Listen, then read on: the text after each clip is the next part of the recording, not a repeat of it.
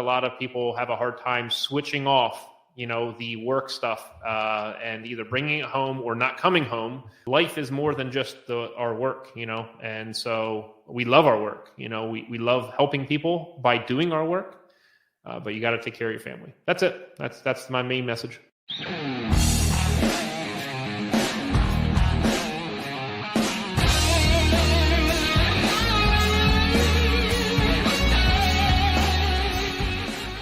Hola, what's up, everybody? My name's Adrian Garcia. Welcome and welcome back to the Reliable HVACR podcast, brought to you by Jobber, my favorite CRM. If you guys need to get organized, better manage your business, Jobber is a perfect app for that. It's on your phone, it's on your tablet, it's on your computer, anywhere you have internet access, and you can invoice, quote, do your maintenance agreements, schedule jobs, get this customer hub where you can interact with your customers, send out reminders. It does so much for your business to help you free up your time at the end of the day. So if you guys want a free trial and discount, you can go to getjobber.com/reliable HVACR. Then we have VETO Pro Pack. I cannot tell you how many bags that I went through before finding out about this company with these high quality bags. If you guys want some good bags, some good tool bags, and really any bag you can think of, go to vetopropack.com. Ever since I've gotten their bags, they've lasted forever. All of our guys at our company have switched over to them. We've gotten them tool bags, backpacks, you name it, because VETO has it. So ever since I've switched over, my bags have lasted so much more. I love the variety and the different uses for these bags. I mean, you can get creative with it. So like I said, go check out vetopropack.com. Go look for a bag for yourself. Right now they're having a spring promo. It's basically buy one get one free, so take advantage of that. You won't regret it. Now if you guys are listening to this on audio podcast, Spotify, Apple Podcasts, wherever you listen to it, please leave a 5-star review. I would really appreciate that. If you're on YouTube, make sure you subscribe, like, and comment this video if you enjoyed it, and I hope you guys are enjoying the podcast. I really love doing this. Great way to meet and talk to a lot of these guys, get their stories out. And I appreciate you guys for tuning in and making this what it is. On this episode, we have the one, the only Craig Miggliacio from AC Service Tech. If you've ever looked up how to do something in this trade, how to hook up gauges, how to check superheat, this guy does it all. He has a couple of books on different steps in HVAC refrigeration. He has one on mini splits. He has a website that I'm looking at with resources, his books, articles and tips, quizzes that you can take to test yourself. Of course, his YouTube channel. And obviously, you can find him on every platform now: YouTube, Facebook, Instagram, X, LinkedIn, TikTok, under AC Service Tech. Super simple. You'll find him either way. So Craig is a great dude, loves to help others, was born to teach, basically. I've gotten to know him. I've met him.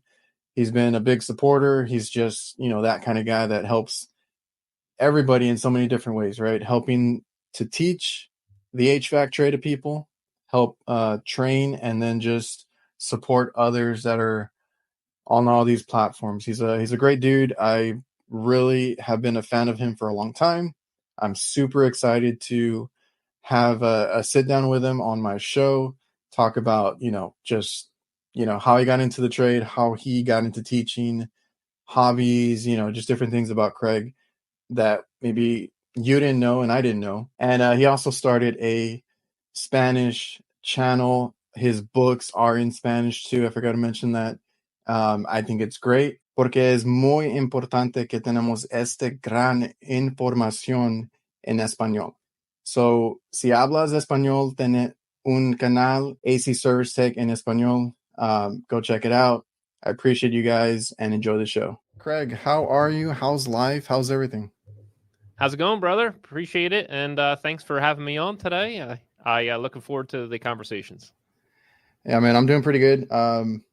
We stayed busy during the whole, I guess, winter. It's not really winter. It was like 90 degrees last week. We got a little bit of a cold front coming back in. It's, Texas weather, but we stayed busy. So it's been like steady. I just anticipating the whole summer rush. You know how it gets in the summer for us, and it's going to be pretty hectic. You know.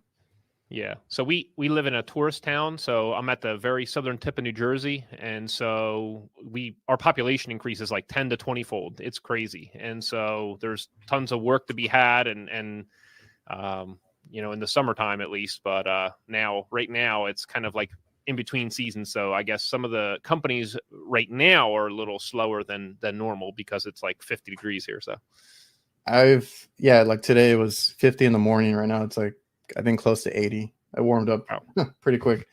And that's just what I'm used to because it's like, it's never really cold.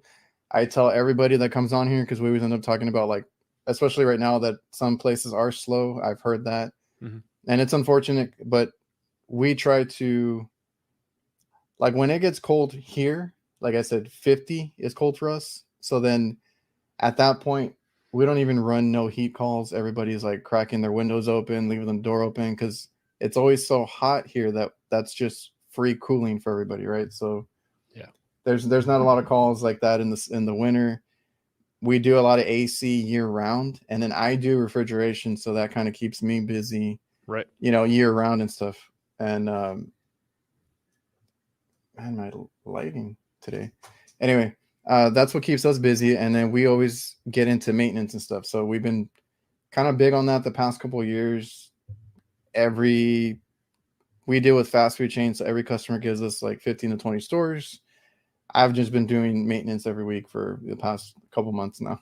I gotcha. It's like the most boring part, but it's what, you know, pays the bills. Right. Yeah. Yeah. So, I mean, that's preventative maintenance for us. You know, it's like around like 65 degrees or something like that. It's usually like April. Basically, we're going to start getting into them soon. But we're typically at the end of April, we're doing preventative maintenances, getting ready for air conditioning season. Yeah. Sorry. I have one that just came up, and I have, what are we, March? I have until April to finish a good 18 stores of AC maintenance. And then gotcha. You know, right after that, it's going to be all those no cool calls, hot roofs, long days. Yeah. But anyway, so Craig, you have this channel that you made this content over several platforms. I mean, I've seen you on Instagram build that up now. I'm not sure if you're getting into like the TikTok or anything else like that, but you're doing long form. I think you're doing short form content now, trying to reach out as many as you can. You're the 2023 Influencer of the Year. That was really cool to see you get that. And then to see Ty Brenneman get that this year. Yes. I was really hoping he'd be there because I'm a big fan of his as well. And I don't know how I got in that whole conversation because I was like, I heard my name and I'm like, why am I up here? I was rooting for Ty the whole time. It was really cool that you got to pass that on to him. Yeah, absolutely. I wish he was there because I would just yell from the rooftops, you know, like, Ty Brenneman, get up here. I mean, he's a lot of people. I'm like, hey, I'm friends with Ty Brenneman. They're like, yeah, duh. You know, yeah. You know, I love that guy, you know, so it was nice to even have him. He came over during the summertime and got to spend a week together here at the shop. And so we recorded some video podcasts and things like that and did some classes here. For some of the local HVAC technicians. And so that was really, really awesome. And I'm glad to see you getting lifted up there because at the Tactical Award Show, because, you know, you've been putting out a lot of different good content out there like a lot of the stuff that I see is LinkedIn, Instagram that I usually am like in my feeds, you know, like I'm paying attention and looking at you there and stuff like that. So that's really cool, man. I'm trying. It's a whole other job. I think you, more than anybody, understands that, especially with the stuff that you've been doing, you know, the channel, the YouTube channel, the book, or the several books now, all the social media platforms, your website, you're going around speaking and presenting as well. Like you got a lot going on too. So we appreciate the content that you put out. Yeah. It's a lot. Yeah. It's a lot. Yeah. the traveling and everything like that and getting ready to go and speak and things. I mean, I'm not the best speaker in the world. You know, it's just like, I have this thought of doing procedures. And if that's going to be able to help people out in the field, like that is really what I want to do. I want to be able to put things together in a good sequential manner. It doesn't have to be the procedure, but it's like, hey, here's a mediocre procedure, here's a good procedure, here's the bads, here's the goods of that thing. And in order to be able to help people do their jobs and so that they can become more valuable, I mean, like, that's really what it's all about for me. And so it's just more of a matter of getting, all of the different things done, with our social media clips. Like, we're doing like little, maybe 1 to say 3-minute videos we'll do like daily, and then one long form YouTube video every other week. And yeah, we are on TikTok now as well. And so we're repurposing some of our existing content and putting it into like bite-sized nuggets. And Ty, Brandon was actually the one that encouraged me, in reference to that stuff. It's like, it's okay to not have to explain every single little thing about things. Just give them one educational like tip that can help them. So like, that's what we're trying to do. And I started on YouTube as well. So I've had that adjustment to do the quick minute or whatever it is that they want on TikTok and Instagram. Yeah. And I've had to kind of talk myself into it. Like, it's okay. Don't explain A to Z, right? Just go, point by point, whatever you need to make. And that's essentially what you want to do on those platforms. And then it's a whole learning curve, because like I said, I came from the YouTube world where you could put up a 20-minute video, 30-minute video, whatever it is, and get everything you need to say out. So I get that part. But of course, Ty would be the one to tell you, because he's everywhere. He's always he's really good with those nuggets too, because I saw him popping up on my TikTok and Instagram and stuff. And I'm like, yeah, this is great content. And it's true. Like, little nuggets of information that people can just quickly digest. And oh, I didn't know that. Oh, I didn't know that either. Or I learned something new. Like, that's valuable right there. Man, that was interesting. But you know what else is interesting? This podcast is presented by Local. Local works tirelessly to help HVAC contractors rank higher on Google. They use an attack methodology to make sure that contractors dominate their local service areas and increase their market share and generate higher revenue. Reach out to Local at localhq.com/reliable. Mention me or the Reliable HVACR podcast, and you'll get 2 months of SEO for free. So then, the YouTube was where it started, right? For you? Yeah. So February 2016 is when I got started doing YouTube. And so 2016. Yeah.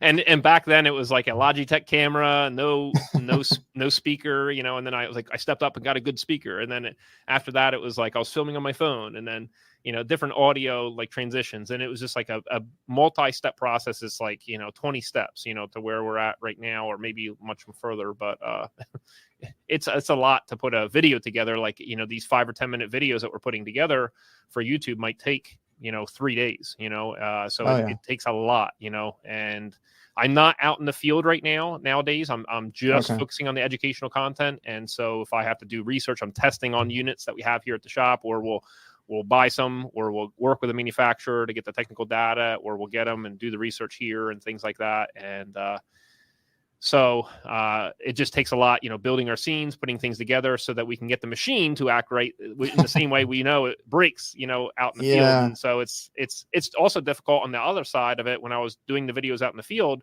on bad components or broken systems and stuff. And I'm trying to do a video, or I have to have the customer sign off on something. Hey, can I do this? And then, now my labor rate is kind of messed up because it takes me way longer to do the service call. And it's like, it's all just a big complicated things. And I'm like Ace Ventura out there calling all the animals to me, like, while I'm trying to do a video, and you got all these noises and everything coming at you, So it's crazy. It's a balance, because like as far as like the social media content, like I know firsthand, because I'm trying to build up my own across platforms, right? Like I said, I started on YouTube, and then once you dive into those other ones, like it's a different platform, it's a different system, style, all that. Like, it can still be your style, but it has to be, like you said, a minute or 3 minutes for a different platform and stuff like that. But like especially me as well, I know you put a lot into your videos. Like, I need it to look right. I need it to sound right. I needed all this stuff, and it takes days. It's not like I just record something and post it. So like, I get it on that front. Now, when you started your channel, that was going to be one of my questions. Like, what were you recording on? You mentioned the Logitech Like you went out and got a camera and just started filming some stuff and posting it to YouTube, or how did it start, or why did you start that? Yeah. So a friend of mine was saying to me, we were out to dinner, and he said, "Oh man, if I knew some things about construction, I would totally be putting YouTube videos out, instructional videos. It just seems like it's just taking off, that kind of thing." And I was like, "Oh yeah, that's cool." And then I was thinking, with my HVAC high school students, because I was teaching high school HVAC and green energy in the local county technical high school. I was thinking, oh, maybe I can make videos and I could utilize them for like substitute lessons. Inevitably, I would get sick like 3 times a year just due to being around everybody that was sick, I guess, in the schools. So I just started. I did my first video was like on gutter downspouts and cutting them like with tin snips or something like that. And that still gets like several hundred views every day still, like from 2016. It's kind of funny. I actually dove around and found those, and I saw that video that you're talking about. Yeah, they're still up there. Yeah. So I just started doing it, and I didn't know how to cut anything or anything like that. And I just used a Logitech C920 camera. It was like 1080, and I used Movie Maker, Windows Movie Maker back in the day, cutting up. I mean, it's so ancient nowadays. I'm, if you want to call it, embarrassed about it, but it is what it is. Like you have to start somewhere.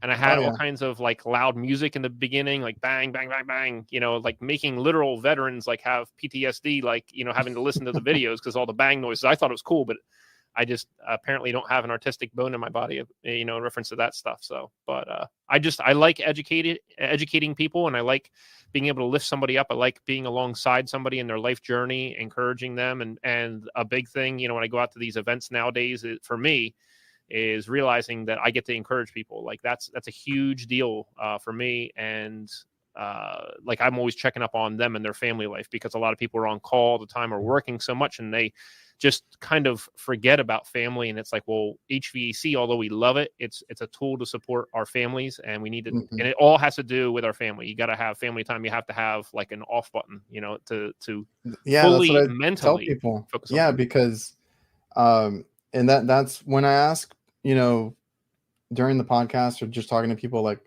about like hobbies or free time or stuff like that, it's always family oriented, because I think a lot of us, especially in the trades, value the family time, trying to make that time for family.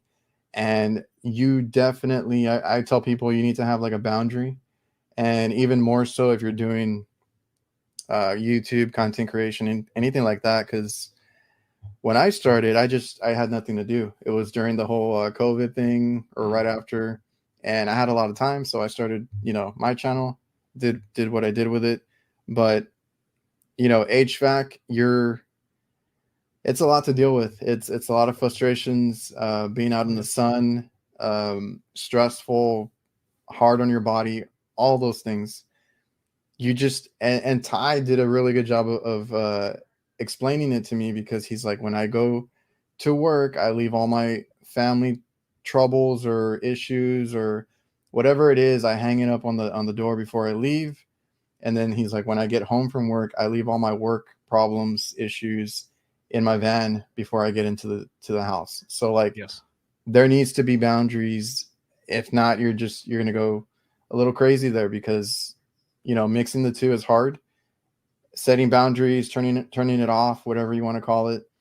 Enjoy your family time after, because it's hard. It's hard just being an HVAC tech. I mean, it's straight up, just, it's hard. Yeah. Absolutely. Okay, hold on real quick. Do you guys know who the inventors of the fluorescent leak detection is? Trusted and used by many manufacturers for over 70 years. Well, this podcast is sponsored by SPECTROLINE Leak Detection, the highest quality and brightest fluorescent leak detection products on the market. A2L compatible. Get the job done right with their 2-in-1 premium UV dye and powerful AC sealant Glow Seal. I've actually used it. You can extend the lifespan of your equipment, find and seal the smallest and the hardest to find leaks. It works 24/7. Once it's in, it's always on. This product works when you're not there.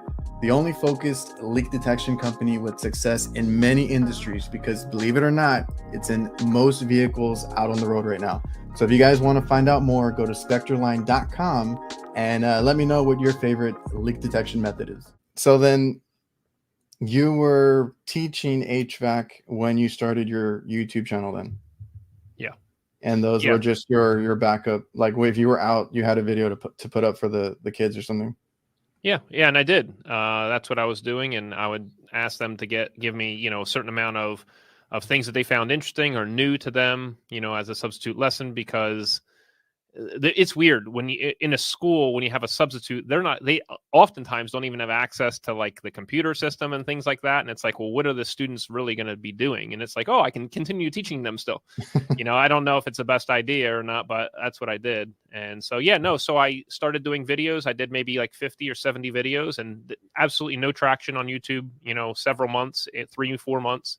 And then all of a sudden summer came, and it just kind of started taking off. And I was like, whoa, you know, what is this? And then people started making comments, and they said it was really helpful. And I was like, oh, really? That's cool, you know? And that really encouraged me to continue making the videos, and just how many people it was helping.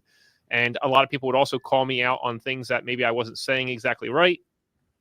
I learned a lot, you know. So what you notice is anytime more than one person says the same thing to you, it's probably true, you know. Yeah. And you need to start thinking about it more so. And so a lot of the ums and ahs and even vocal problems that I had and tendencies, and even talking about like delta T and how I was discussing it as far as I called it the difference, but it wasn't the difference. It's the change in temperature from the return to the supply. A difference would be two different temperatures on two different mediums, and you're comparing them.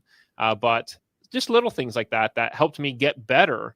And so, yeah, I was teaching during the daytime, and making videos and teaching with the adults at night. I still had my business. I was running service calls at night, doing change outs on the weekends, and sometimes you're doing like 16-hour change outs and stuff like that, because they're duct work and other things that need to be taken care of. And I'm like, I have to get it done, because I got to go back to work on Monday. You know, I can't be playing around. But the reality of it is, you know, your family is most important. And I was trying to balance all of those things, and also writing a book then too as well. So, which I've never written a book, and I was not that good at it. So all But that, then, yeah. or was it around the same time? Yeah. You had all that going on. Dang.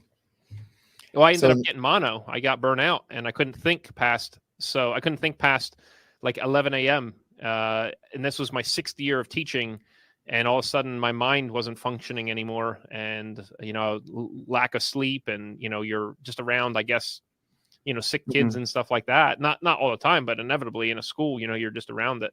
And so that took me out pretty bad. And so after 6 years, so is at the 3-year mark when I started doing the YouTube videos, and at the 6-year mark, I had to kind of pull out of the school, and then I just focused on the educational online channel, and that was 6 years ago now. So is that right? Something like that. So yeah, it's been years. It's been a while. Yeah. But yeah, and that's like you said, the school is inevitable about getting sick, because that's the only time that I get sick is when my kids come home sick, and then they get me sick. I mean, that's just what happens. I think that shows how much you enjoyed teaching, as you're worried about when you're not there, if they're still getting their education, their lesson, whatever it is. Because honestly, like whenever you hear a substitute teacher or anything like that, like what do? Like it's usually a free day, an off day. You don't get to do much in the classroom. So the fact that you got to put out videos to start that is really cool. Shows how much you wanted to teach. And then when you started, or when you broke away from like teaching in person at the school, and you focused on online education, was that already like gaining a lot of traction? It was kind of one of those things where I figured I had my construction company. It was half carpentry, half HVAC, but at this point I was mainly just taking on my HVAC customers, and only my really good clients anyway with that. And so I had that to kind of continue to work with, and you know, want to call it fall back on or whatever. And I was a Bryant paint dealer. And so we did that. I was continuing to write the book, healing from the mono, which literally my mind was not functioning. That was like several years after that. It was still like messing with me, you know, with my clarity. And that affects everybody differently, but I guess it just messed with me pretty bad. I didn't have that much mental capacity to begin with. And so it really took me down pretty good. And then I was continuing to write the book and work on the book, and I kept making the videos. I did make some income from like YouTube advertising and things like that, but it's, not much. And what really helped is once we did get the book out, that I didn't realize how important that was for people. I was just thinking, hey, if we sold 4 books a day, the refrigerant charging and service procedures for air conditioning, we published that in May of 2019. And I was thinking, hey, if we could sell 4 of those a day, that would be absolutely fantastic, And so we sold a lot more than that.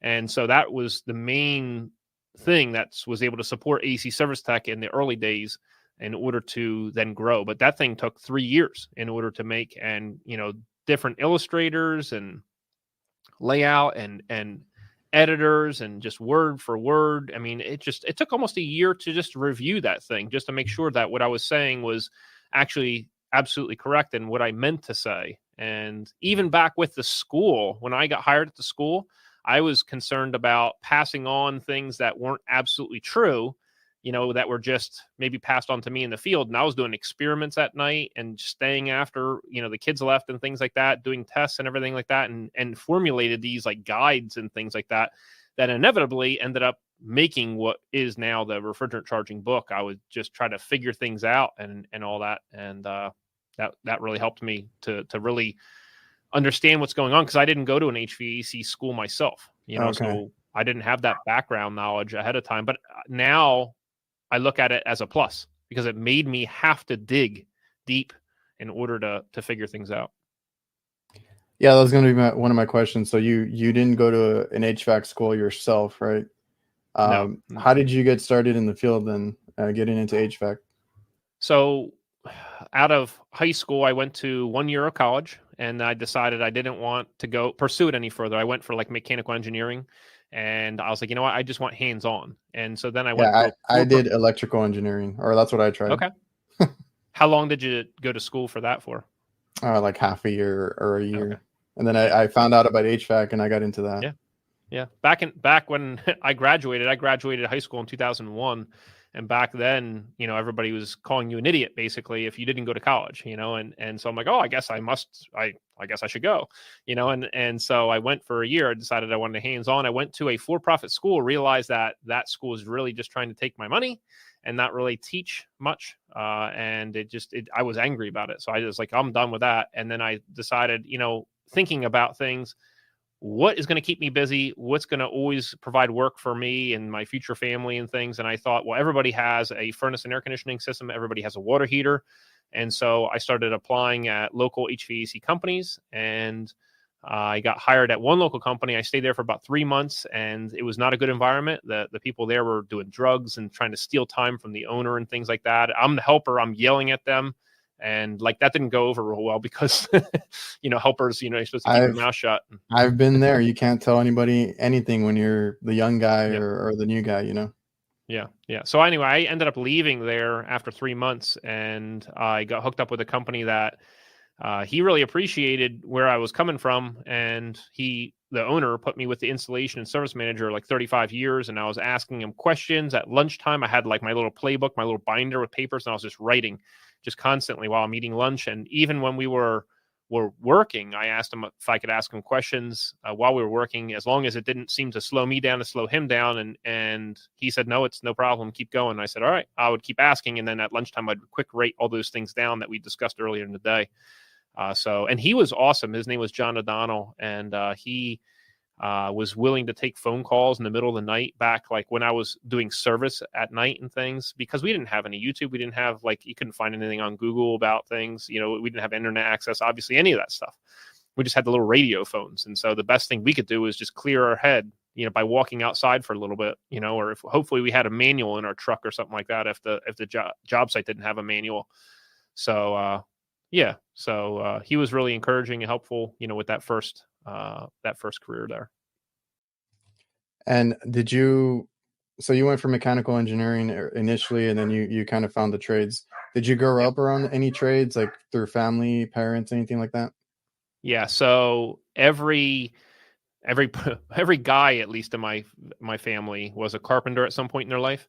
My uncle was and hey, women can be that as well. But it just happened to be that, the guys in my family were carpenters, and my dad was a farmer at that point, but he was a carpenter and a roofer at one point. And so my uncle was a carpenter. My grandfather was an architect. I grew up in his architect office, running around in there. And so when I ended up leaving that second company I was with, that second company sold, the owner sold his business. And at that time I decided to leave and start my own business. That was half carpentry, half HVAC. Because I was growing up around carpentry, I was able to work with my uncle, and I would sub him out on jobs. Like, hey, we're putting 7 skylights in. He would come over, help me put 1 in, and then he would leave, and then I would put the other 6 in, or do roofing or whatever we were doing. And then I was thinking I just didn't want to have a lack of work. So I was doing carpentry and HVAC. But the problem was, after about 9 months or so starting that company, I was 3 to 8 months backed up. I got a lot of work from people that knew me, also within the church and stuff like that. It's kind of like, if they know you and they trust you, that's more important than even their knowledge of how skilled you are in that trade, but I was just very diligent about all that type of stuff, doing spackling and everything, redoing bathrooms and stuff. But anyway, I was 3 to 8 months backed up at all times. And then I'm having to do service, and then I'm having to do change outs, because I'm I don't want to leave money on the table for the change outs. That was big money. And so I would take on those things, and it just, too much work, 60, 80 hours, easy, every week. And that was too much. It's a lot. The HVAC field is always in demand. Once you become a knowledgeable person, people are always coming at you, and you have to learn how to say no. Yeah.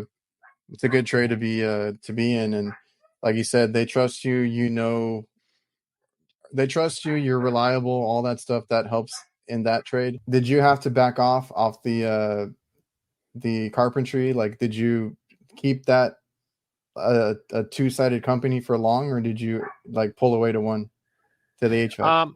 Yeah, I mainly focused on, in the beginning I did half carpentry, half HVAC, and it kind of stayed that way for the first 3-4 years. And then after that, I started just focusing on the HVAC side, and then would just keep going there in HVAC for the next couple of years. And then after that, I had my first child. Me and my wife had our daughter, and I was thinking, I want to get health insurance. And I applied and got hired at a school that's about 45 minutes away.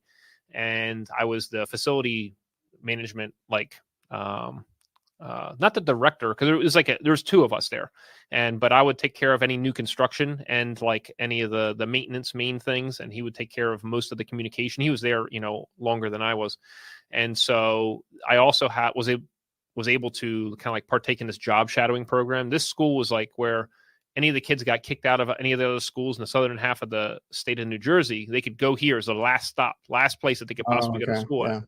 So they had this career program. So if I was doing something that was somewhat safe, I could have one student shadow me, and I really, really enjoyed that. And so I liked to do that, and then started going to trying to teach at night at the local county technical high school for the adults. But anyway, I just kept on my HVAC clients while I was doing that job. Just my really, really good clients. I had a couple campgrounds that I dealt with. I had just a lot of decent, good clients that really cared and I trusted, and everything was good. So I would just try to keep them on. So did you always prefer the teaching versus, running your company, doing the service? Oh, absolutely. Absolutely. Yeah, that's your calling. Oh my gosh. Yeah, absolutely. 100%. No, it's not even a preference. It's not even it's what you're made to do. It's so, I might not be the best teacher in the world, but if you care a lot, then you can kind of overcome a lot of things. And so I think teaching really if you care, you will learn how to do things very, very well, even if you maybe are not, say equipped easily in order to do things. I feel like I have to work way harder than a lot of other people at different things. And it's just the way my life is. And that's okay. And it's just a matter of how much you care. So I care about these kids. I want them to be able to have these knowledge and tools and know how to communicate well and how to do these jobs properly, so that once again, they can support their family or their future family well, because life is hard enough. Like, kids is hard, marriage is hard, work is hard. Like, if you can at least take one of those things off of their plate, meaning like have them become valuable, very valuable. And it's also like a self-esteem thing as well. Like, that's what life is all about. I feel like no matter what you do, like this is what's the most important. Yeah, and even like myself posting online and stuff, it made me more conscious and want to seek out more answers and why and this and that. Not saying that I wasn't like that before. I thought I was, but social media made me realize that I should go a little bit more above and beyond, you know. I've met you in person. You're super nice, super humble, but I feel like you said that you were not, you had to work on your speaking, your speech, your presentation, basically, right? So like, how did you, is that just from repetition? Like, how did you get to that point? Because I had to deal with that too, because I am like an introvert. I had a hard time, you know, even like listening to my own voice. Like, I don't like listening to my old videos. Like, I feel like I had to improve on that, you know? So you want to know the secret? Yeah. The funny thing is, we're all introverts. Like, everybody that I've ended up like finding out there, like anybody, you know, whether it's Ty or Brian or anybody, like, it's like a lot of us are introverts, you know, and so it takes a lot for us to get up and talk to somebody, and it takes a lot out of each of us as well. Like, and I don't want to speak for them, but like, just speaking for me, you know, after doing a convention or doing speaking and stuff like that, I am completely wiped and exhausted. And sometimes, you know, people want to go out to dinner and stuff like that. I'm like, you know what? I need some time. You know, I just go back to the hotel room or whatever and just kind of relax, talk to the family at back home, and just kind of take a chill for a little bit. And I might take a little nap, and then you can kind of get back up and go ahead and do it. But Okay, so it's not just me, because I'm like that not. to a T. No. Well, that's the weird thing. It's like, I don't know, maybe people that are naturally want to go do that. Like, maybe people don't want to not want to listen, but like, I think an introvert has to go through so much more to go do something. And I think people like appreciate that or something, you know, and once again, it doesn't matter if you're an introvert or an extrovert or whatever. It's just, I think it's more of a matter of how much you care. So like, if it takes a lot for you to get out and do those things, it's just, I think people are just appreciative of that. And also, when you go out and do those things, I realized, because I always like go to those things with like maybe, if you want to say, a lot of pressure, like, oh, I have to save the world in this, basically, you know, and in this topic that I'm doing or whatever it might be. Well, But the I was reality of going it, to ask you, do people expect you to know like everything? yes, but that's okay. Like, I don't, and I just tell them that. And you just say, yo, give me a break. You know, I'm Yeah. just doing this. Or But what I I'll was gonna, find the answer, right? Like, that's another thing. exactly. No, you're 100% right. So as long as you can go try to find the answer later, people understand that, you know, your mindset is on this particular topic right now, and, you know, you're focused on that, you know. Or I also like being able to just teach one or two or three people at a time, like just small. I don't need to be up on stage or doing any of that stuff. Realistically, I don't necessarily even enjoy it that much. I Yeah, enjoy that's what I just tell people. I'm like, I don't even like talking to doing some of this one-on-one. stuff. Yeah, Yeah, I don't even like one-on-one, or doing some of just this stuff. It's just that the people that it does help, that's kind exactly. of why I keep doing the things that I do or posting, you know. Exactly. Yeah. Yeah, that's it. So Yep. like, and that's something that my dad had. Well, I learned a lot from my dad, because my dad, he's been in the trades. He used to be an electrician. Then he got into the food service industry. So he fixes like stoves, ovens, things like that in the kitchens. And he put that on me, because I always felt even a lot of pressure joining him, because he wanted a refrigeration guy so that he could do the hot side and I could do the cold side, right? You know, great partnership for the company that he started, but he leaned on me a lot because he didn't know the HVAC or anything like that, right?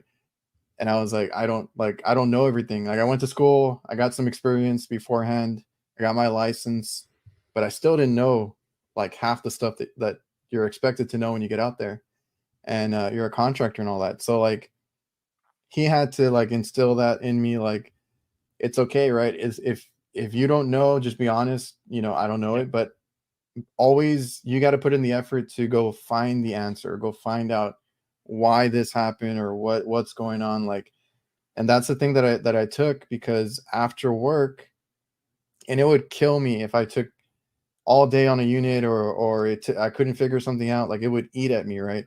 And I would get out, go look up a manual, go do something where I can actually like sit down and kind of read up or do something to get it going, that night or the next day, whatever it may be. Like, just be able to go find the answer. And right now, I feel like there's no excuse, because I grew up, or I got into the trades when internet was like becoming a thing. Like, there was no YouTube stuff or anything like that either. I was in the field right around 2009-ish. So like social media wasn't that big either. So like, I always tell people, now there's no excuse. You can do a quick Google search and go find something, right? Go find a YouTube video, manual online, all this stuff is easy, but like, just be able to, or just have the want and the drive to go find the answer. You're not going to know everything, but go find the answer. Yeah, no, absolutely. It's, I had students in the school that would ask me questions that I didn't know the answer to. And that I'm like, oh man, darn it. Now I got to go figure it out, and you don't know all the answers. And a lot of people that ask in the comment section on YouTube, Yeah. that helped me grow a lot. Like, we got to a point where I had answered 14,000 comments on YouTube. And I had to stop basically at that point. And I answered, here and there and things like that. But I used to answer every single one that came in. So however many, if that was like 30 a day back when, started with like 5 or 10, and then it was like 30, and then it was like 40, and some of those might be like, hey, thanks, but other ones are technical questions. And I started finding people asking the same questions over and over. And I'm like, aha, so here's something that we need to do a video on. And so I also learned a lot, based on those. And I didn't have all of the answers for all of those. Sometimes I had to look it up and use the knowledge that I did have in order to figure out the answer to be able to help them out. And see, that was the weird part, because when I started, obviously Chris Stevens' HVACR videos was out, NorCal Dave, like all these incredible YouTubers that were in the field, right? Because I know you do educational, Ty, all that's educational, but the guys that were in the field doing this, work videos, stuff like that, I felt like I had to be like them, right? And I felt like they knew everything, and I'm like, what am I doing here? But like, then I started getting comments, and I will say that I learned a lot too, just in the comments. I would be up front, and maybe that's why it, got some traction, is I was always up front. Like, I don't know everything. I'm looking at this. I can probably figure out how to fix it. I kind of got that from my dad. I have 2 younger brothers. The youngest is sort of good at thinking things through, stuff like that. And then the middle brother, he worked for us for a day, quit the same day. It wasn't for him. He's more of a business type person. I mean, that's totally cool. I just got it from my dad, where I figured things out. So like, I've always been able to fix things and not necessarily be able to explain it, or it takes me a while. So in my videos, I would do the same thing. I'm like, I don't know everything. I don't know why this happened, or I don't know, stuff like this, but I'll go and look it up later, or somebody in the comments will give me tips and tell me exactly what I'm looking at, and give me a breakdown of something. That I've learned so much from the comments as well. And I encourage the comments, right? It's like, as long as you're not being, a jerk about it, there's good ways to give criticism and stuff like that. So I've learned a lot from the comments as well. And it's a good thing. I put myself out there, and I'm sure you felt the same way. Like, you're putting it out there the best to your ability, and then you're gonna see, either someone's gonna correct you, or you're gonna go find the answer. I mean, there's a way to do it. Yeah, I call that like test the market, right? Like, what is really cool about where we're at now, just in life and with social media, is you don't have to beg somebody for permission. Can you imagine? I'd have to beg somebody to publish that first book. Like, please, sir, please, or whoever, like, please publish my book. Like, that would never happen. And nobody would ever allow me to have done what I did. And same thing with the videos. And so it's really like, how much do you want it? And I tell the students this: it doesn't matter how smart somebody says you are. Doesn't matter how smart you think you are. It's a matter of how much you want it. And so you just go and do that thing. let it, like let the market test it. Like if it's going to help people, it's you'll see the feedback immediately, or maybe after 6 months or something like that. Like, so, see if those videos are helpful. And in reference to Chris Stevens, I have no idea how his brain works at all. Like his brain is ridiculous. And same thing with Brett Wetzel. Those two guys, like I got together with them at AHR and just sitting listening to them, and I just keep smiling. And Brett's like, "What are you smiling about?" And I'm like, "Dude, you're amazing. Like in your mind, you know what I mean? Like you're crazy. Like I know, in a good way. They like, go off on a tangent. Yeah, they go smart. off. Yeah. They go off on this tangent, and I'm like, it goes over my head sometimes, and I'm like, explain that again. Like walk me through that. But like what Chris does, yeah. No, and then you talk to them, and they're like, "No, I don't know that much," or this and that. They're super humble guys, but they're definitely really smart. Like I said, I don't know how that works, but they have a lot of knowledge, and it's good that they pass it on to people. Absolutely. Yeah. No, Chris. So the way Chris does his videos, I can't do that. So like what you said, like you have to do things the way that you can do them, or the way that you feel is going to be helpful to people. You can't emulate or be like somebody else. Like you are you. And if you try to be somebody else, that's what's going to get you in trouble. And that's the thing. Like I can never do what Chris does. Like that's crazy, like, and also to your point earlier, by the way, remember like the whole like humble, whatever thing, like, or like introvert, like I didn't even have my face on the screen when I started on YouTube for the first like 3-4 years. Neither did I. I didn't want to do. Nope. I was like, I don't have to show my face. Yeah. I thought the same way. I was like, I don't have to show my face. I don't have to. I don't even think I talked. I think I had text on the screen or something like that. Okay. And I just did not want to do that. And then like it gained a little traction. But yeah, I found myself, or I guess, I don't know, in trouble, but like just overthinking things. Like I got to be like him. I got to be like him, or I'm not him. I can't do what he does. Like, what am I doing? But like, I tell others, because there's a great community on basically on all platforms now, right? I've seen the TikTok community, I've seen the Instagram, the YouTube. Great community where more people want to share knowledge, share what they do at work. Like that's all helpful. I tell people all the time, because some of them say that they do the same thing every day. It's fine, even if you're changing filters, you're an apprentice. Like somebody needs to hear that, somebody needs to see that or relate to it. That's the main thing. And if you can show them a tip or a trick, even better. Yeah, this HVAC community or HVACR community is amazing. Like it's crazy. I would have never thought that there's going to be so many caring people out there on online social media, and also like at events and things like that, and presentations, and just everybody's investing in other people. Like I would have never, ever, ever thought that when I started out. I just thought everybody was going to be like rude and crude kind of deal. Which was like some of the new construction sites that I was on when I started out. I was like, oh man, this is rough.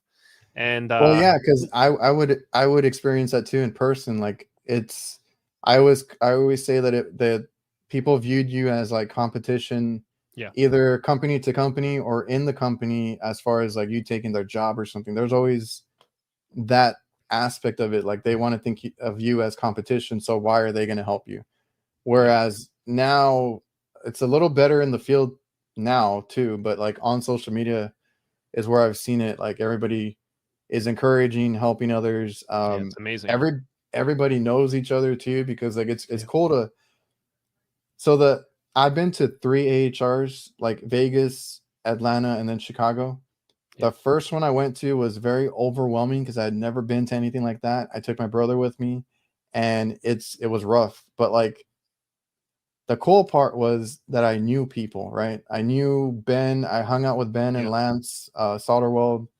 I hung out with a bunch of guys there at that booth, and that's what made it cool. Going and actually knowing people there. So then every year it's gotten better because the group has gotten bigger, and you get to have more fun. Like this last time in Chicago, I didn't really do much around the city because it was cold. I mean, there was no way around it, but even at the AHR Expo, like I was more interested in catching up with people than like actually going to the different booths, right? Like I'll stop by, look at something cool, see if anything new came out or anything like that. But like I was just caught up with talking to everybody. That was the coolest part of it.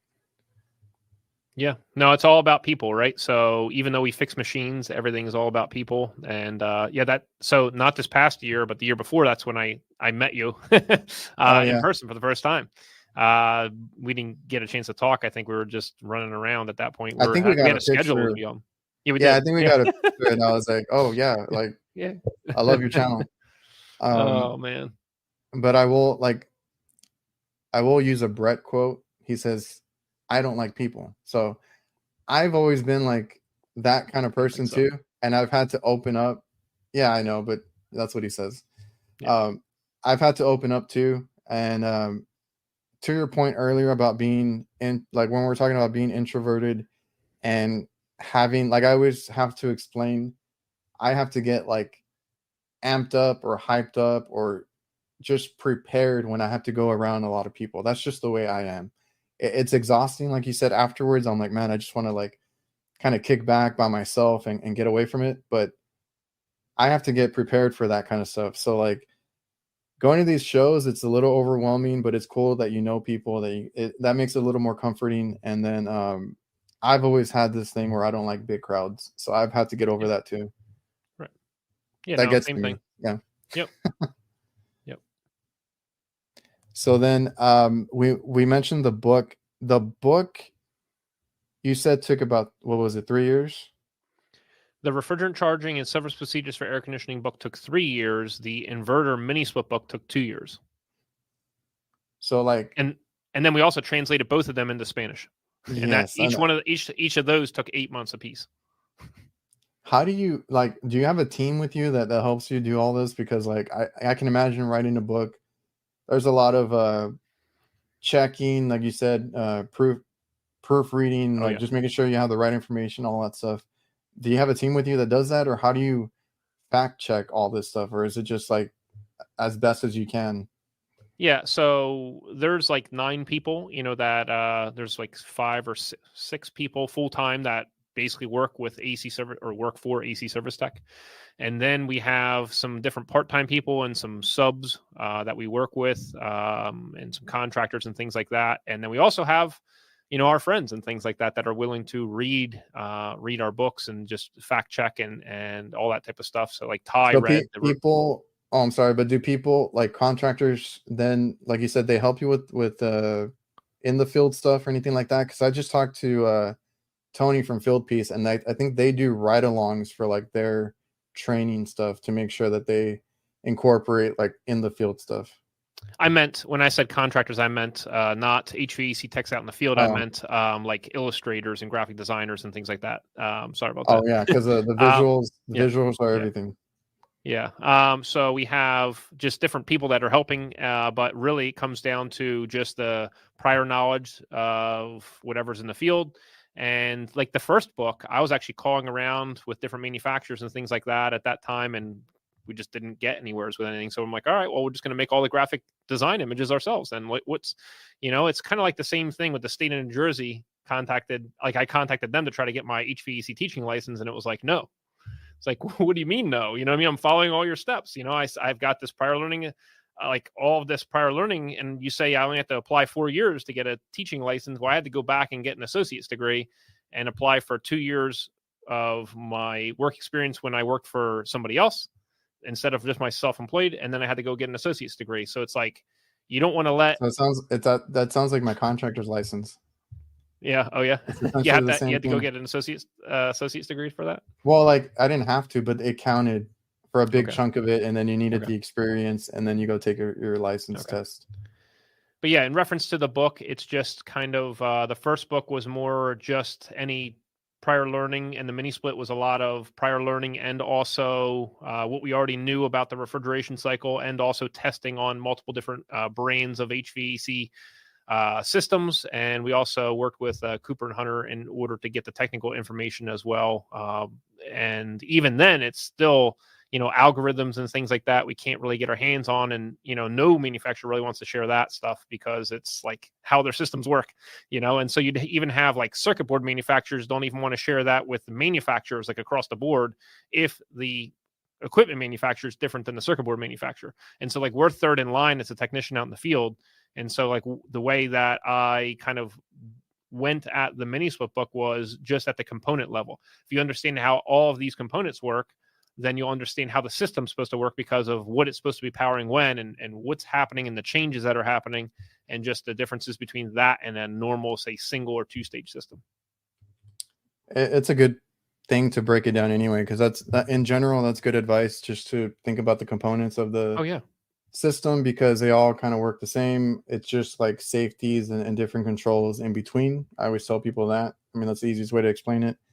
And yeah, if you break it down, that's the best way to go about any troubleshooting stuff like that. Because we are having to get a little more technical with all the electronic components now. I've seen, I don't deal with a lot of like residential stuff like that, but I do walk-in boxes. I just started seeing, because we're like the last ones to get everything. So like we barely got the control board. I mean the boards that come in the walk-in boxes. So the communicating thing, like everything is in there. You don't need a mechanical temp control or anything like that. Everything's built into the board, and you put it in. So like the Intelligent is the one I always make videos on, because I deal with that one a lot. But I've seen techs go out there soldering or resoldering these boards because there's something that shorts out, makes a short, stuff like that. And I tell people, like, mechanical is super simple, switches, anything like that.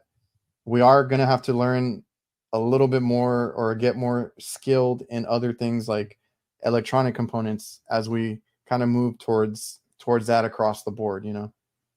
Yeah, so that's why I was targeting in on like EEVs and pressure transducers and thermistors, and how the circuit boards like are converting the power from alternating current to direct current, and it's like almost like emulating alternating current with its pulses and things like that in order to control the electrical frequency on the motors, and it's like getting into all that type of stuff. And so, yeah, it's going to take a lot, you know, in order to educate people. And so, like, we're trying. I don't, I make no promises, and we're just continuing on, and we're trying. So yeah, because when I started, like I said, we barely started seeing the EEVs and all that stuff, the electronic stuff. So when I got that, I was calling manufacturer trying to get a straight answer. It's always hard to get that sometimes, but there's different ways to check it, and you're dealing, like you said, with pulses, DC voltage. There's a whole bunch of different things that you got to look for and make sure you don't misdiagnose like a bad board or something like that. So it's just like, you know, the more we go to that kind of stuff, the more cautious or aware you just have to be. Same components, all that is just like, how are we controlling it? I was going to touch on some of the other content before we get out of here. Ahora tienen una canal en español, ¿verdad? Just say, realize. Just say sí. Sí. So you guys have a Spanish channel that I just came across. So like that's brand new, right? Yeah. So we are translating our existing videos. So we have like 560 videos or whatever, and some of them are old, but you know, maybe at least like half of them we're going to try to translate and put them onto a new channel. So it's youtube.com/@ ACST in Espanol. And so the whole object is to lower any barriers that are in people's way for growing. That's really what it comes down to. And we also have our Spanish inverter mini split book. We have our Spanish refrigerant charging book. And so eventually, you know, we'll put them in the Shopify store underneath in the YouTube channel for the Spanish YouTube channel. We have those books on our website as well. But yeah, we're just trying to provide resources out there. And it's a shame if you have these crazy videos that are broken down that took days, weeks. Some videos took 2 weeks to make. And so if we can just retranslate them into Spanish and post them and just make sure that, you know, all that the translation's correct, that can help a lot of people. So that's what we're trying to do. When or how did you realize that you needed to do Spanish content? Well, it kind of comes back to the books, right? So there's a lot of Spanish speaking people. Like some people learn well in English. Like, so different people may have grown up Spanish, speaking Spanish, and then can speak English, but they learn better in Spanish, right? So that's why we translated the refrigerant charging and the mini split book into Spanish, because it's like, well, lower the bars for entry into the field. And the whole object is if somebody is really diligent about wanting to learn, I want to be able to provide the resources for them to be able to learn. Like, that's it. So I mean, that's really cool. You have the both books translated over. Was that hard to do, or did you said it took like 8 months, right? So it took probably about, maybe 6 months, 5-6 months to have it translated, and then about 3 months to re-input it into the existing book structure and make sure everything was where it needs to be. And so with the translator that we used for that, it's not done in-house. I'm not a native speaking Spanish Yeah, I was gonna ask you that. I was like, spoiler alert, if anybody's listening, Craig is not doing it himself. Yeah. Yeah, no, we have to, you have to rely on other people. And so we relied on a Spanish speaking person with a doctorate, and she worked with several different contractors that are out in the field in various, parts in Latin America and in the US, in order to just kind of validate, her words. And she went with word for word, going through all of this stuff, and did really well in the first book. And we didn't really have anybody questioning anything in that first book. It was definitely a concern of mine, because I can't validate it. And so the only things that people got confused with were like things like fixed orifice and pistons, like, or capillary tube. Like, they didn't realize, like, a piston and a capillary tube can still fall under the umbrella of fixed orifice, things like that. It's like silly stuff. It's not a big deal. And so, so she did really, really well on the first book. And so, we did the same thing with the second book, and that one didn't take as long in order to just make sure that all the words were correct. Yeah, it's not an easy thing. Yeah, it's not an easy thing to do, because not everything translates directly in Spanish, right? Like, it's like 20% longer. Yeah, it has to be. It has to be like analyzed and by somebody that actually can correct the things for you. Because if you just throw that or spit it into a Google Translate or something like that, it's going to give you something completely different. Because I've messed around with that, because I'm not fluent in Spanish, and I did grow up around it, but it's not my first language. But I know enough that when I try the Google Translate or any of those other translate apps, and then I mess around with it, I was like, that's not how we say it, or that's not how I would say it, So like, that is a whole process that you have to tackle. So you guys did your due diligence. We tried. Kind of did your homework a little bit, get somebody to help you out with that.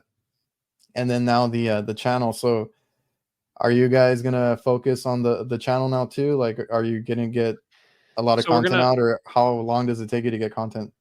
Yeah, so we're going to try to post 2 videos a week, one on Wednesdays and one on Saturday mornings at 8 a.m. Eastern Standard Time, and until we can get like at least 100 videos out on that channel. And so we just set it up, and we released another one this morning. So we got 2 on there so far.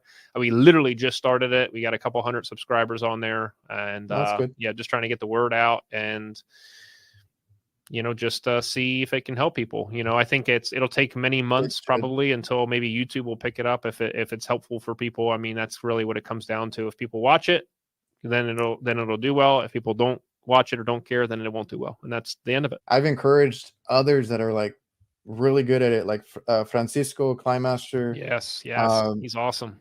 He does, like, he said, or he told me he was shy, and I'm like, okay, well, now I love his exuberance. You know what I mean? Like, he is awesome. Yeah, I got to meet him at HVACR the HVAC Tactical Word Show. I got to meet him right there, but I was talking with him ahead of time, beforehand, like through Instagram and stuff like that. So I was really, really excited to meet him. Yeah, and like, he told me he was shy at first, and then I see him posting, and I'm like, this is the energy. Like, this is great, And then I've seen other Spanish content popping up, and even Curtis, HVAC guy on YouTube, made a Spanish channel because he speaks Spanish. I think he learned it on the job or something like that, and he picked it up. So now he's doing that. I'm like, great. We need more of that. We need more, like you said, like not having walls up from other people trying to get educational content. That's what it is. I think a lot of people. Yeah, a lot of people learn from him really well too, because he's just like kind of like layman's terminology, you know, like, and just kind of just straight shooting here. This is what's going on kind of stuff. I really like him too. So it's, and he's he's in your HVAC nights, right? Like in the group, right? Yeah, we've been friends for a good while just through Okay. YouTube and comments and stuff like that. And then the same thing with Jake, the other member. Yeah. But Yes. it's just crazy how you form these friendships, because those guys I've talked to like a lot, and then we just decided to, kind of share our conversations on air, online. Yeah. And then here we are. Yeah. So I think I got to meet Jake like 2 or 3 years ago at the symposium. that's another high energy guy. Yeah. Oh yeah. He's your hype guy, right? You said. Yeah, I was like, we need each other, right? Because there's Kurt, all the knowledge in the world. I kind of put things together, try to set everything up, and then Jake's the guy that carries like the energy through. Yeah. Yeah. Awesome. As far as like the new phase out, I've been through the phase out of like R22 going to 410, but we still use like 404A and 410A, and I even had to buy 134A the other week because I still do a lot of older refrigeration equipment. And now we're going to essentially, I haven't dove into the 448s or whatever those other ones are, like the yeah, and then there's 430, and then there's R32. So we got those coming in. Yeah. So you got the Chemours R454B for residential and light commercial heat pumps. Yeah, and R32. And so it's looking like R454B, that's the Option product. And that is going to most likely be in probably like most manufacturers' equipment. And then you're just going to have R32 in Goodman. But I'm not sure yet. We'll have to see. We have to wait until probably about halfway through this year. It looks like when some of the manufacturers might start releasing some of this equipment. And Copeland has their new 2-stage and their variable speed compressors now ready for those 2 specific refrigerants in our residential light commercial field. And then coming in January, we're going to be probably starting to install a lot of it. But, the problem is we still have to wait and get it from the manufacturers first, for in the equipment. And so we'll see what happens there. But realistically, even though it's A2L refrigerant, it's slightly flammable. It seems to mainly light during the phase change. Like if it was like a big leak, that's when it might light. But it's just a very, very, very mild flammability kind of thing. And so most of our tools are already set up for that. But you want to use tools that are A2L certified, but it's really like a certification that's they're self-certifying basically. And Ty Branneman has done several videos on this subject in reference to the vacuum pumps and recovery machines and things like that. They just are sealing the electrical compartment, from the refrigerant part, and that's really the main concern, because it's still using the same oils, and you still have R32 in the products and stuff like that. I mean, R410A was R32 and R125, and then you have R454B with that same refrigerant R32, and then you have a mix with R1234YF. And so it's really all very similar refrigerants, and they've been using R32 over in Europe for like 20 years. 24 years at this point. It's going to be okay. Like do the procedures correct, flow nitrogen, and things like that when you're brazing, and do your proper practices. And if you do that, we should be okay. But there's also certification programs in case, people are concerned about it through ESCO. And I think the EPA is considering a possible certification for A2L refrigerants, but at this point, it is not mandated. There is no mandated A2L certification other than just your standard 608. Well, that answered my question, because I was going to ask, like, what's your take on it? Because like, that's been a topic lately. I know I've heard you, Ty, even Tony talk about it a lot. But essentially, if you're doing the right practices and you're doing your proper procedures, like, you shouldn't have anything to worry about. We should be okay. R32, it's a single component refrigerant. It's going to be easier for the PT chart or pressure temperature correlation. But R454B, that is a blend. And the reality of it is, we're working with digital manifolds a lot of times now, and probes. Really, a lot of the times we're trying to get away from the hoses due to possible cross contamination of like old oil in the hoses. And really, it's not even cross contamination. It's just like old oil left in the hoses. And if you have your hose open, like in the summertime, you have humid air is getting in there, mixing with the oil, and then you have acidic oil. And if you try to then put refrigerant into a system, you're putting acidic oil into the system. Like that's what's happening. And so like we try to keep our refrigerant hoses closed on the ends after we're done working with the refrigerant, so that we don't have any, bad oil in the hoses that we can accidentally put into the system. But the whole point of it is, with the digital manifolds or even the probes and things like that, you're going to have your automatic PT conversions, pressure to temperature conversions, for even your blend refrigerants such as R454B. And then you have for refrigeration R454A and R454C. You'll have that coming out too. I need like a whole wall for all these refrigerants, because that's the only bad thing with doing both HVAC and refrigeration is I have double to carry. So for a long time I had to carry like an R22 replacement, right? We were using 427, 407C, so many replacements, and then the 404, 410, and 134, and my recovery tanks, like it's getting a little out of hand at this point. But to your point, that's the other thing that I've learned is when I'm posting and getting messages and stuff, I talk to a lot of guys that are out of the country, overseas and different places like that. And they always make fun of us because we're so behind on this kind of stuff. So it's been out there, just not here. Yeah. Yeah, no, it's like I said, we have family over in Sweden, and we were visiting there like 10 years ago, and they have R32 mini splits all over the place. It's like, it's okay, guys. it's okay. Yeah, man. So we touched on, like you said, turning it off, like getting out of work, turning it off, all that. What do you do when you are off the clock? Any hobbies or anything that gets your mind off of HVAC or, the social media? Yeah, it is hard because now we have a social media. It's like whatever social media company. That's crazy. That's ridiculous. And I'm not even a social media person. I didn't even like social media at all. I didn't even have a Facebook, before doing any of this stuff. I was the same way. And so, but the whole point is, if it helps people, that's what I'm willing to do it. But besides that, and checking on your phone and things like that, basically we try to do a lot of outdoor activities. Me and my son like to do hunting and fishing, and we like to do spear fishing and scuba spear fishing. So a lot of outdoor activities. That's kind of my thing. That's what I enjoy doing. And so I get to spend time with my son. My daughter, she likes to draw a lot, and she's actually like learning different languages on Duolingo. And so she's getting to that age where she doesn't want to kind of play as much and do different things. But, my son likes to tag along and do stuff outside, ride the little dirt bikes he has around the yard, stuff like that. Yeah.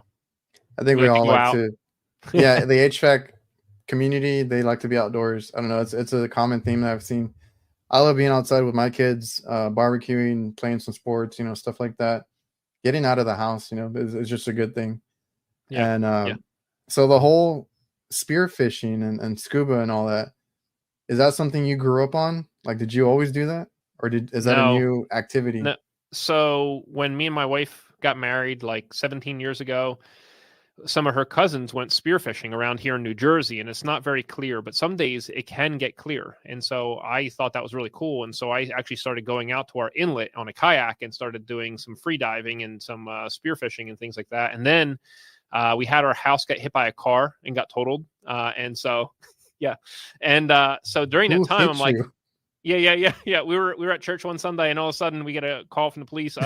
There's a car in your house. And we're like, oh, really? And so we had just got done, buying this house. It was 6 months, nights and weekends, fixing it up, but it was too close to the road. And a drunk driver came and just veered off the road and just plowed into it, went on an angle and just plowed right into the house. Luckily he didn't get decapitated. But anyway, during that time, it was like, man, this is nice. Like you dive underwater. There's something about holding your breath underwater when you have all this other chaos stuff going on, in the world. And this is like another world down there. When you're underwater, you get to just see this whole other crazy world. And that's when I'm hunting. I like to see the animals, like how, not just hunt, you know, but like see the interactions of the animals and see what's going on and just nature and things like that. It's really cool.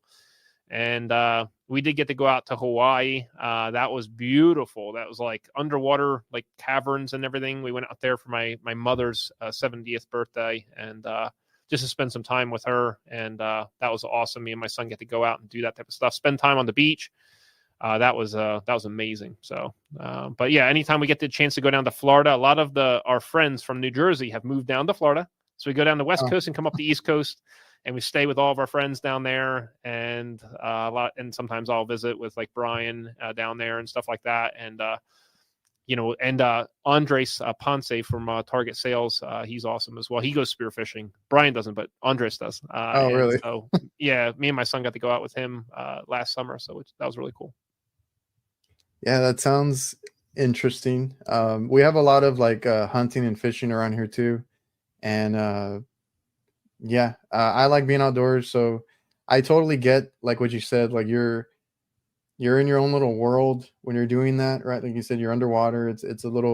It's still crazy because not everybody spearfishes, but it's how you get away from the other world, which is the HVAC, even the social media, the crazy stuff, all that kind of stuff. I get that because I do that with sports, specifically like basketball. Like I like to just go by myself, go to a basketball court by myself, and just like, not think about work or anything like that. Like we need things like that to get our mind off of stuff. But like, I mean, family's first. There's always family, but I always tell people you need a hobby or you need something else just to kind of keep you sane. Yeah. Yeah.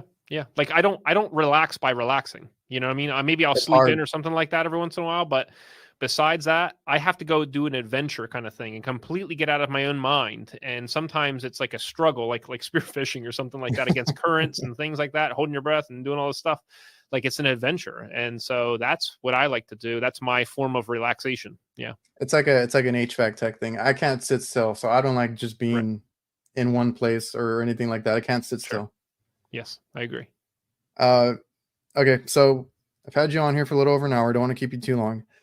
A lot of people go to your videos to learn something. That's a cool thing. They can just type in how to do this, how to do that, anything in the topic really, and find one of your videos. You've covered almost everything, right?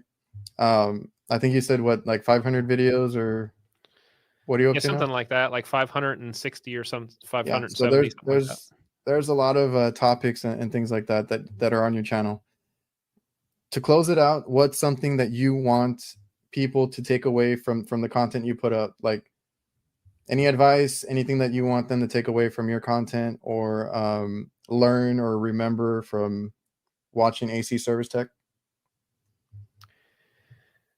Content wise, I mean, there's a lot of content stuff, but my most important thing for everybody is when you're young, go, work a lot, make money, go up the ladder, become valuable, learn all this stuff at night, trying to figure out, watching these videos, reading material and things like that, get valuable. But once you have a family, you need to start paying attention to that. And the hard thing is a lot of people have a hard time switching off, the work stuff and either bringing it home or not coming home, or being on call or being told that you are on call all the time. And you just can't allow that to happen. Like you have to figure out a way to balance that for your family life. So do I care about one specific content of something like that they watch from me? No, I just want there to be good value, like them to become more valuable based on anything that they're looking up between mine and everybody else's, your content, everybody's content.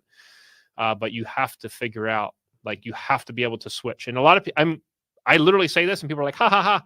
Yeah. And I'm like, no, you don't understand. Like you have to. And they're just like, oh, I'm too busy, I can't. And it's like, all right, well, we're going to see what's going to happen, because life is more than just our work, and so we love our work. We love helping people by doing our work, but you got to take care of your family. That's it. That's my main message. No, and that's a great message, because that is something that I try to, and it's kind of something that money makes the world go round. That's just the way it is. And sometimes I feel like maybe I don't want it as much, and I wouldn't say like I'm ashamed, but like it's hard because a lot of the guys in the field that run a business or that work somewhere, money's always on their mind, and you're expected to want to be like the richest person or the most or the biggest paid tech at your company. But I value time a lot. I value that just as much as money. So like you said, make sure you balance both, take care of yourself and your family. Obviously, you know, I want everybody to make enough money to put food on the table, take care of their kids, their family. But man, if you don't separate it, if you don't turn it off, like that's not good for you. So good. I love the advice. That was great. Yeah, thanks, brother. Appreciate you having me on, and yeah, anytime. Yeah, I really appreciate appreciate you. I really appreciate you taking the time, man. I know you're busy. I know you got a lot of things going on right now, but thank you for coming on, man. Appreciate you, Adrian. Thank you so much. Thank you. All right, everybody watching and listening, I appreciate you guys as well for tuning in and watching. So I will see you guys next time.